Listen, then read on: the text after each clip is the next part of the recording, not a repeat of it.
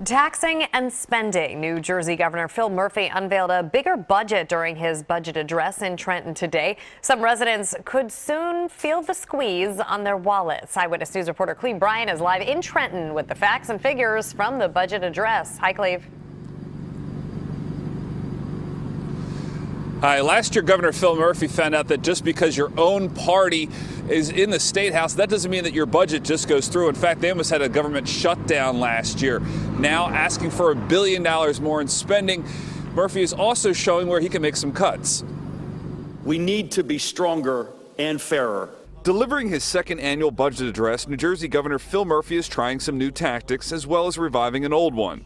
Asking for $1 billion increase to the state budget, he highlighted nearly equal cost reductions. Most of that coming from negotiations with public worker unions to cut health care costs by about $800 million. In total, our budget contains roughly $800 million in real and lasting savings in the delivery of public employee health care in the coming fiscal year. That is a 16% year-over-year decrease, a 16% year-over-year decrease from the current budget. But make no mistake about it, Murphy is looking to spend.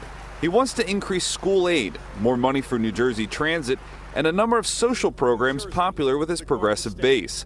To do that, he's reviving his previously failed proposal to raise income taxes on those who earn more than $1 million.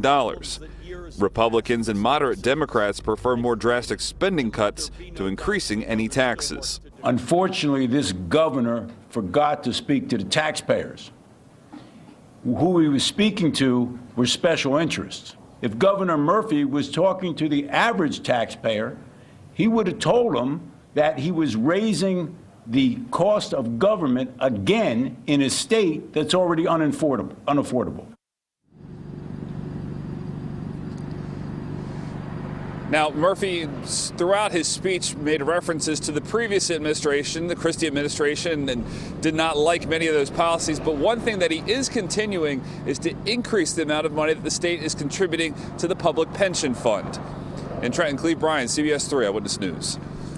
Cleve, thanks. And our coverage doesn't end here. For more information or to watch Governor Murphy's full budget address, head to CBSPhilly.com.